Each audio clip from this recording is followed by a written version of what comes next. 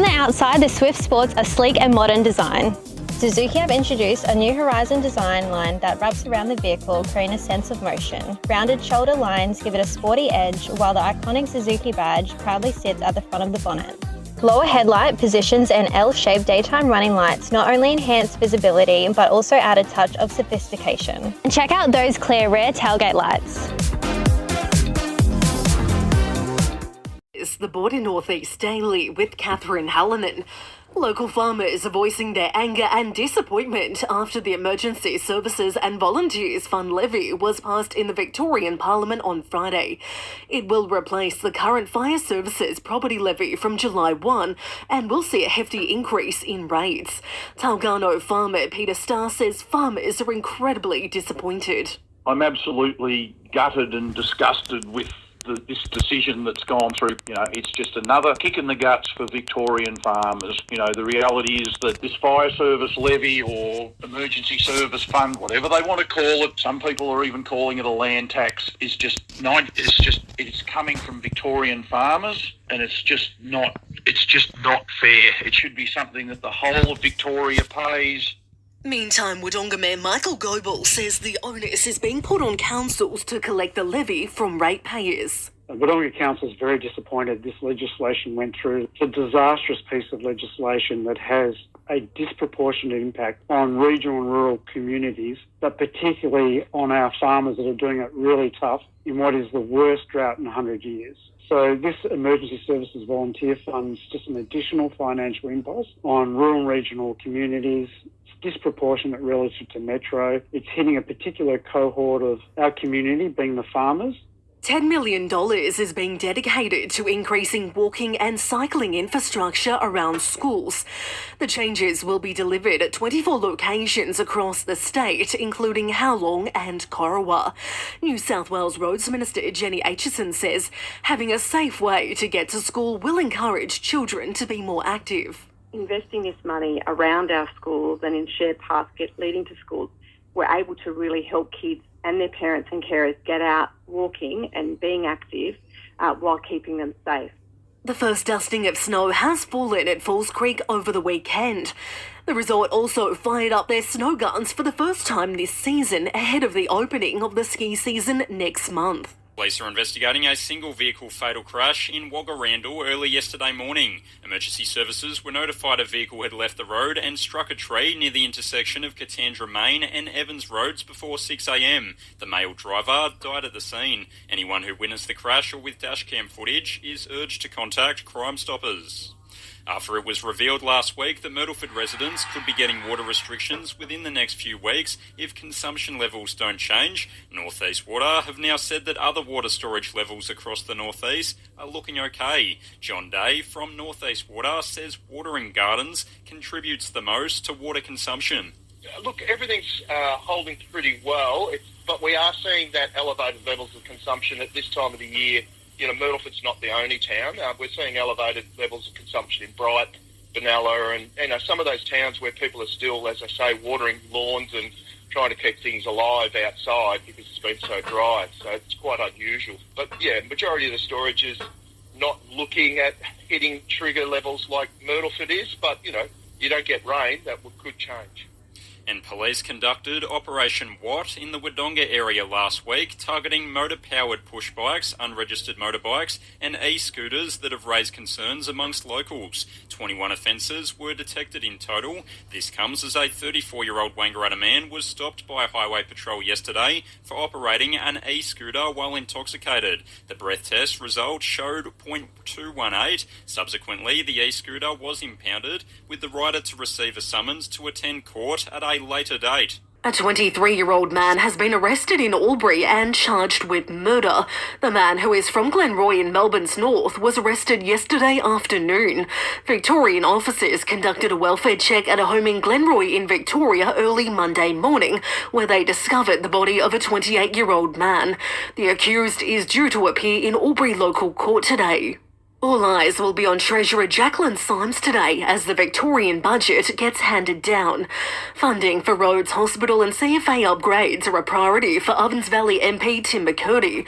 Mr McCurdy says he's not asking for much. We just want them maintained. Doesn't have to be new and fancy, just maintain, just fix the potholes, get them back to be safe again. So our wish list in the northeast is not high. We don't look for billions of dollars. We just want to keep maintenance going in our schools, in our hospitals, on our roads, the basic things in life, which is quite unfair that the government for Melbourne just seem to keep looking where the tram tracks are and forget about what's happening in regional Victoria. 25% of Victorians live in regional Victoria. We deserve 25% of the budget and we do not get it. Meantime, Spring Street will also see farmers, including from the Northeast Rally, for the second time in a week. The turnout is expected to be in the thousands as Victorians disgusted in the state government's controversial Emergency Services Levy Fund strive to have their voices heard. The member for Ovens Valley, Tim McCurdy, says farmers are hurting after the levy passed Parliament last week. Things are tough at the moment and people are really concerned that this tax, this next tax that starts, could be the straw that breaks the camel's back for some farmers, and that's really concerning. A critical incident occurred at Wangaratta Police Station yesterday afternoon around 3:30pm. The station was reportedly closed for around 6 hours before reopening around 9:30. Local police have confirmed there were serious injuries as Ambulance Victoria was required, with reports of police blue tape around the station. Member for Ovens Valley, Tim McCurdy, has expressed his disappointment at the state government's decision to push through its emergency service and volunteers fund. Mr McCurdy says he will be attending the rally on the steps of State Parliament this morning. It has been widely publicised, the new rally that's going to be on at Melbourne at 10 o'clock on the steps of Parliament at Spring Street in Melbourne. I will be at that rally. It is budget day. It's a good day to send another message to the government because who knows what's going to come in this budget, whether there'll be more taxes on top of what we've already got. But yeah, we're hoping for big numbers from farmers and certainly from CFA volunteers and to people from metropolitan Melbourne who've actually woken up and worked out this tax is going to affect them as well. So we're hoping for a big turnout for the rally at Parliament House and I will be there. And the mayors of Albury, Wodonga and Indigo Shire all gathered yesterday in response to the New South Wales Health Inquiry's findings on Albury-Wodonga Health. The mayor's priority is for health infrastructure based on community need and not a fixed budget. The Commission has confirmed there's been limited engagement with clinicians, hospital leaders and the local community. Liberal leader and Farrer MP Susan Lee has expressed disappointment over the Nationals' decision to split from the Liberals. Ms Lee says the door remains open for the regional party to rejoin the coalition ahead of the next election. The split comes amid disagreements over key policy issues, including nuclear power. According to Ms Lee, the Nationals were seeking guarantees that the Liberals were not prepared to provide. Our perspective is not about the individual policies themselves, but the approach that we said we would take to our party room about policies. Nothing adopted and nothing abandoned. So at this point in time, I ask the Nationals to respect those party room processes. The Northeast was represented at a rally on Spring Street yesterday, once again protesting against the new Victorian Emergency Services and Volunteers Fund. Chiltern Fire Brigade were among the thousands that attended the demonstration on the steps of the Victorian Parliament, lending their support for Victorians and the farmers doing it tough. Brigade Captain Shannon Beacom says they are standing with the state. The community, I think, has been so supportive of the brigades. There have been brigades that have gone offline and there hasn't appeared to be any backlash from the community. They understand what we're trying to achieve and this is something that all Victorians are going to be hit by, whether you're a residential or you own your own business or you're a farmer. There is going to be increases for Victorians and I think the more that we can spread the word that this just isn't fair. Meantime, Ovens Valley MP Tim McCurdy says yesterday's rally is another display from regional communities that the government needs to scrap the tax. We had no member of the government on the steps of Parliament today. No Labor members turned up. They are too scared to front up to this community. They say that they have the back of the volunteers, but at the end of the day, today would have been the day to go on the steps of Parliament and meet and greet and talk to these communities about what this tax that's being imposed upon them, it will do to their families and their farms. The border community is being encouraged to don orange for Wow Day today. Wear Orange Wednesday is an opportunity for people to say thank you to the SES volunteers who give their time to help others during challenging times. Warwick Armstrong from Wodonga SES says the community is being encouraged to wear a splash of orange for the day. Wow Day is the ability for our members in the community to recognise the work of the SES, Today is Wear Orange Wednesday, a special day to acknowledge and thank our incredible SES volunteers. Last year, Wodonga SES responded to 300 requests for assistance, many of those to do with trees down and damaged buildings. Warwick Armstrong from Wodonga SES says there are a number of ways to get behind the day. Take the opportunity today to wear a splash of orange, to post something on social media with a hashtag saying thank you, SES, to have a post a morning tea with an orange theme, or just to reach out to a member of the community who you know is involved with the SES and just say thanks for your help. Emergency services responded after a car hit a pedestrian in Myrtleford yesterday morning. It's understood the car was reversing from a driveway and struck the pedestrian on O'Donnell Avenue just after 9 a.m. The female pedestrian was airlifted to hospital with life-threatening injuries. The male driver of the car stopped and spoke to police at the scene. O'Donnell Avenue was closed for a period of time with diversions in place. Wangaratta Highway Patrol is cracking down on speeding drivers locally. Wangaratta Police Station Senior Sergeant Mick Mannix says this is a result of a few fatal collisions occurring in the northeast, including one at Wagga Randall on Sunday. Over the last couple of weeks, we've had a number of cars impounded for excessive speed related offences, and also we've had 2 fatal incidents where speed was a factor, and we're just looking at trying to get people buy-in to reduce those speeds and acknowledge the risk at places not only themselves at but other road users. We've had specific tasking around speeding motorists and a high visible presence both with uniform units and the highway patrol, and that's both on the highways and local roads. Indigo Shire Council has announced $30,000 in grants funding. 11 local, community and sporting groups have received funding through the 2025 Get Active Indigo Grants program. The projects vary from orienteering, croquet, triathlon training for kids, as well as open day activities to get residents of all ages out and about. And thousands attended the steps of State Parliament in Melbourne yesterday to protest the state government's new emergency service and volunteers fund. The More You CFA truck, along with other CFA units from across the northeast, went down to the rally, which was also attended by member for Ovens Valley, Tim McCurdy. Police are appealing for information following an alleged break-and-enter and assault at a home in Colcan.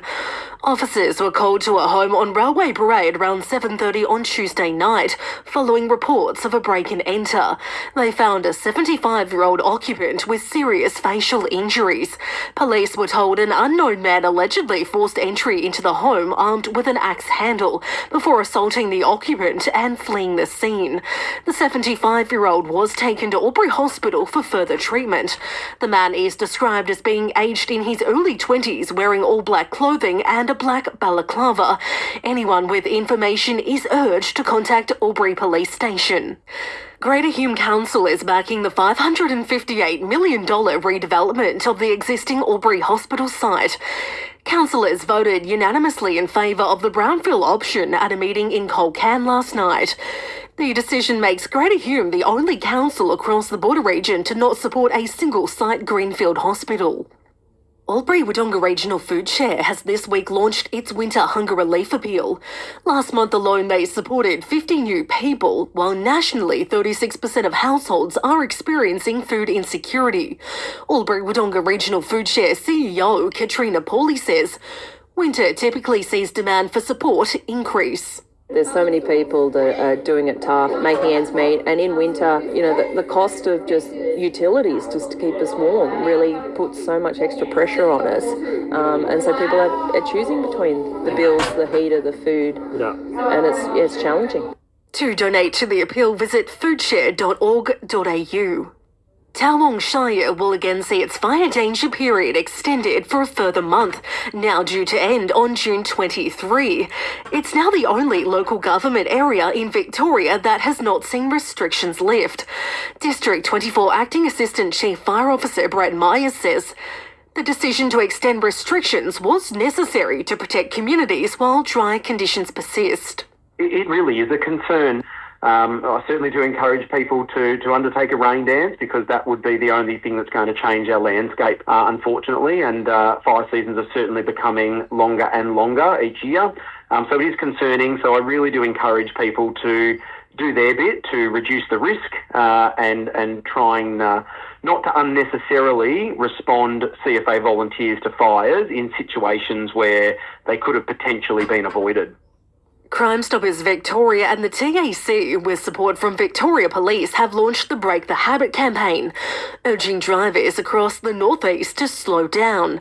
The campaign highlights that even low-level speeding continues to be a significant contributor to road trauma throughout Victoria. Victoria Police Road Policing Assistant Commissioner Glenn Weir says speeding shouldn't happen.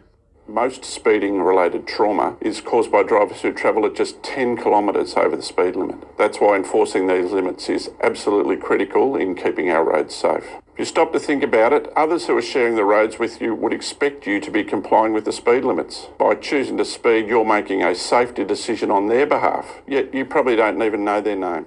Member for Ovens Valley, Tim McCurdy, has responded to this week's state budget with a lack of funding for regional road maintenance a clear highlight. Mr McCurdy says that the money put aside for roads has to be shared with Melbourne. So the budget that was handed out keeps us on track for another $200 billion debt that's going to be coming our way. It's just growing and growing under this Labor government. Wangaratta High School was rewarded with the $11.7 million investment that they promised back in 2022, and Yarrawonga High School got some planning money to start their final phase. So a little bit of money, it's better than nothing. I would have liked to have seen the Wangaratta-Whitfield Road upgraded. That's not going to happen, and the investment in fixing potholes goes right across metropolitan Melbourne. So the money they're spending has got to be shared with the city. This is not just on regional roads, so it's really important that we get the best value we can, because our roads are in dire strait.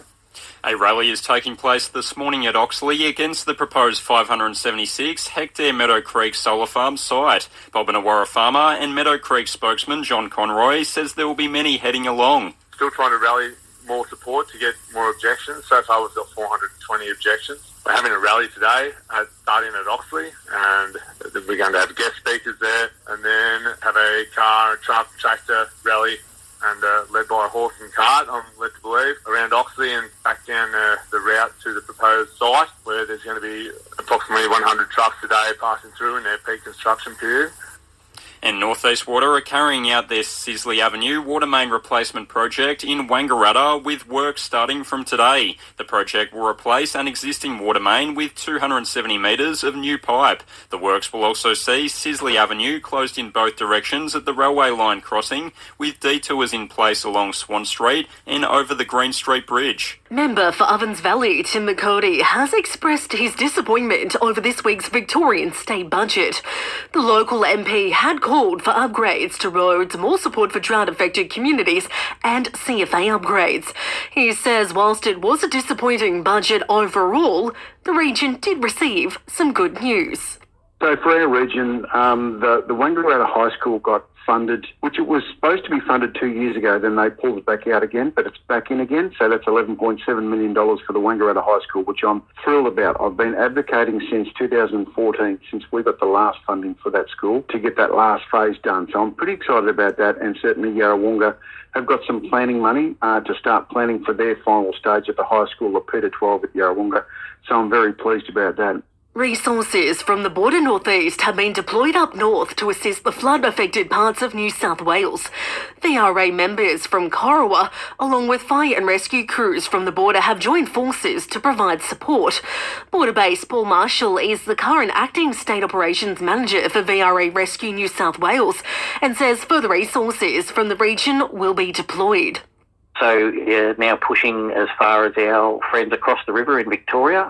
Victorian SES will be sending some teams up towards the Taree and Maitland area to assist with incident management teams and those and the like. So it is a big push for everybody, and this is probably a bit more localised than we saw a couple of years back with the Northern Rivers floods, but still probably as larger impact. The Border's four-legged friends will hit the pavement for one last time as the RSPCA holds its final ever Million Paws Walk on Sunday. Registrations open at 9 a.m. before the Million Paws Walk gets underway from 10 a.m. at Albury's Hoveltree Park. Albury RSPCA President Arthur Fraunfelder says he's hoping for a big turnout for the final hurrah. We open about 9 o'clock. People can register. Then they go around and have a look at the stalls, and then at 10 o'clock the actual walk is officially opened and everybody goes off, and they're missing from anywhere between half an hour to an hour, where some people just go around the bottom end of Noriel Park, some people go over onto Gateway Island and come back. Border-based lawyer Samantha Little is launching her debut novel today. The 28-year-old has written the psychological thriller The Cure, which explores trauma, control and the blurred lines between captivity and care. Samantha Little says it's been an exciting process.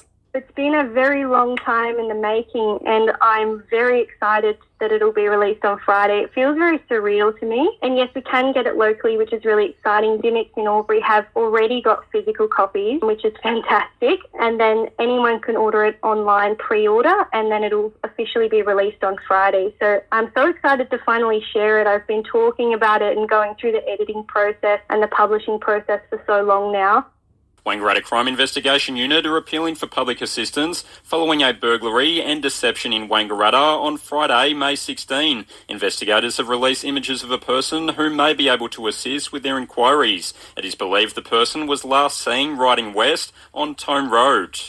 Historic Winton is taking place at Winton Motor Raceway this weekend. Historic Winton organiser Leanne Cutler says there should be plenty to see across the weekend.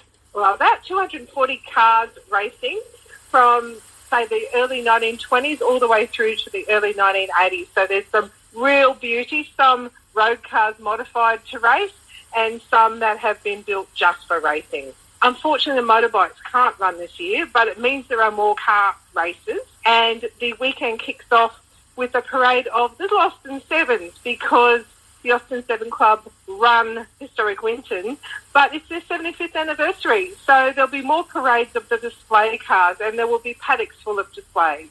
And Chambers Winery at Rutherglen has taken out Fortified Wine of the Year at the Wine Awards this week for their Grand Muscat. Stephen Chambers of Chambers Winery says it was surprising to get the win. Generally, you go into these things, you think you've got a 1 in 3 chance, but then when you see the lineup, you go, oh, maybe I've got a really small chance. It's going to be less than a third. So it is a very pleasant surprise when they say that yours is the best out of the contenders and out of everything else that they've gone and looked at.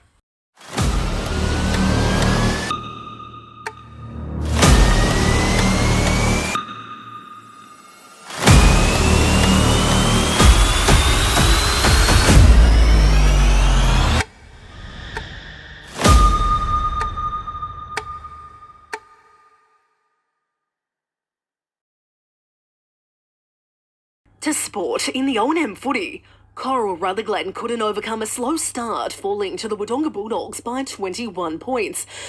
The Wang Magpies had a dominant 51-point win over North Albury. Lavington had a win on the road, defeating Wodonga Raiders by 56 points. Despite inaccurate kicking, the Saints got the win in a dominant performance over Albury. Myrtleford kicked 9-21-75, which was enough for a 22-point win. And in the grand final replay between Yarra and the Rovers again proved too strong, defeating the Pigeons by 61 points. With coach Sam Murray saying he is thrilled with the win. You know, it's not an easy place to come and win. I've never won here, so it's good to come, and even though they're undermanned, and let's not undervalue the players that they're missing. You know, they're going to be a really good side when they get them back. But to come here regardless and be able to have a pretty solid win is a good day for us. In round 6 of O&M footy action over the weekend, Wangaratta Magpies are back up to second place on the ladder after their 53-point win over North Albury at Norman's Oval, while Myrtleford are now third after their 22-point win over Albury Tigers. Top of the ladder, Wangaratta Rovers had a 61-point win over Yarra Pigeons. Rovers coach Sam Murray says it was his first win at JC Low Oval. You know, it's not an easy place to come and win. I've never won here, so it's good to come, and even though they're undermanned, and let's not undervalue the players that they're missing. You know, they're going to be a really good side when they get them back. But to come here regardless and be able to have a pretty solid win is a good day for us. The local AFL Junior Interleague Carnival took place at Lavington Sports Ground yesterday with thrilling contests across all age groups from under 13s to 16s. Wangaratta District junior footy players took part in the event, as well as those from Albury-Wodonga. And in round 8 of O&K footy action over the weekend, Bonnie Doon caused an upset victory over the reigning premiers by 6 points, with Greta sliding to third on the ladder. And Bright are now top of the ladder after their 61-point win over Moyu. In the NBL 1 East Comp, the Albury-Wodonga Bandits men's side have locked in their second win for the season. After a tough start to the season and falling to the bottom of the ladder, the side is now hoping this is the turning point for their season. Coach Matt Kowalczyk says they are feeling a bit more confident after defeating the Central Coast Crusaders. It's a tricky one to say because I think we actually turned it around 3 weeks ago. This is just the first time that there's been a win attributed to that. But we've been a better team for a while here. We've just been figuring out how to put it all together. And yeah, it's now we've got a win on the board to kind of prove to people that yes, we can do it. In round 7 of the TDFL over the weekend, Barnawatha Tigers are second on the ladder after their 2-point win over Beechworth in a thrilling game at Barnawatha Rec Reserve. And last year's premiers are back to their best after a 132-point victory over Mitta United. And in the O&M, interleague training will take place tomorrow night at WJ Finlay Oval from 6pm in an open session. Albury-Wodonga Bandits player Jacob Centurak celebrated his 100th game last weekend. Bandits coach Matt Kowalczyk says it's a fantastic milestone for Jacob and he's showing no signs of slowing down. Jacob's been a guy who's been around the program for a long time. He went away, moved to Sydney and came back, but he's been here for a long, long time. He is the heart and soul of this club, and for him to be able to celebrate that with his friends, his family, and to go out and get a win for him was really, really cool. In the AWFA, and it's been announced that Melrose FC will host the 2025 State of Origin game. This comes after Twin City Wanderers hosted the 2024 event at Kelly Park last year. And in northeastern baseball, the Porepunka Panthers Baseball Club have signed a grant agreement for funding through the Growing Regions program. In doing so, the club has secured over $500,000 of funding to go towards the upgrade of facilities at Porepunka Public Reserve. In round 4 of northeastern baseball results, an A-grade saw the Wodonga Warriors 22-7 winners over Wangaratta Rangers Orange, with the Albury Bears 13-5 winners over Rangers Black. A big weekend ahead for the Albury-Wodonga Lady Bandits with a double-header in Canberra. They play the Canberra Nationals and Centre of Excellence, both sides the Bandits took on earlier in the season. Coach of the women's side, Sam McDonald, says it's a tough double-header for his side. Our focus is building on what we're doing offensively. You know, I think we've twigged on something that's giving us a really good flow to what we're doing with a lot of options. But honestly, I say this every single time, the biggest thing for us is going to be defense. If we really lock in and play how we want to play defensively, we should be put ourselves in a really, really good spot. In Division 1 soccer this weekend, the Albury Derby will see United up against City at Gelbart Park, while Wangaratta City are hosting Cobram Raw, and top of the ladder Myrtleford have St Pat's FC. Myrtleford President Anthony Zangalini says the club is performing well across the board. Again, there's been a big onus this year on really trying to improve things across the club, and again, that goes from the many roos to the seniors and the seniors back down again. So we've put some measures in place across the club to try and lift performance, and those avenues have worked well for us. So the seniors are firing, there's good depth in the reserves to feed through to the seniors. Thirds are certainly stepping up, and we look forward with bated breath in the next 12 to 24 months to see where the young fellas end up. In the O&M and the under-18s interleague side has been announced for this Saturday's game against the GVFL at WJ Finlay Oval. The interleague squads had their final training session last night. And in round 8 of TDFL action this weekend, Barnawatta, who are fresh off a 2-point win last weekend, will make the trip to Wodonga to play the Saints, while Chiltern will be looking to bounce back against Mitty United. The highly anticipated interleague clash between the Ovens and Murray and Goulburn Valley Leagues heads to Wangaratta tomorrow. The O&M's footy squad will be hoping to turn things around this year after the GVL took home the chocolates last year. Interleague coach for the Ovens and Murray footy side, Jake Sharp, says it's set to be a great game. I have no doubt that it'll be a tight contest. We seem to always have really close battles. I feel like the talent pool between the two competitions is quite equal. Their lineup looks to be really strong and got a good mix of experience and youth similar to us. I think the two sides will match up well against one another.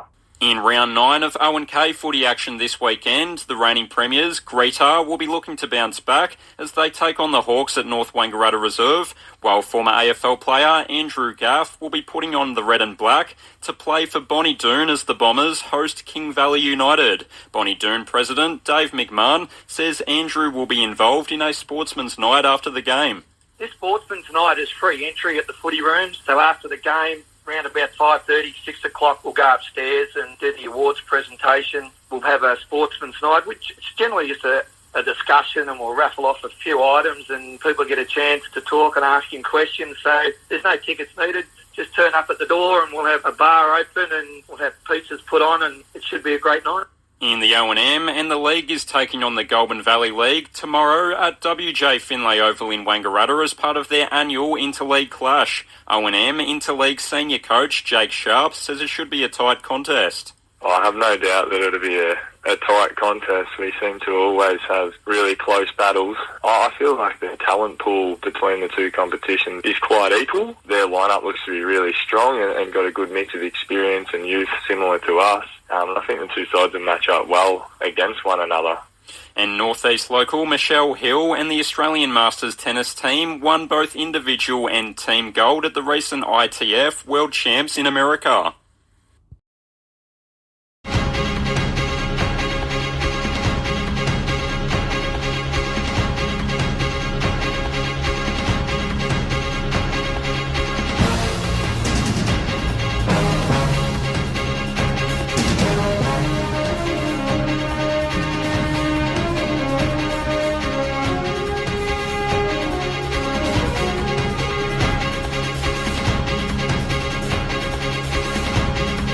Unleash your vehicle's power beyond limits. Discover our exclusive range of Yuasa automotive batteries, engineered for unparalleled reliability and performance to power your journey like never before. Battery World. Power your passion.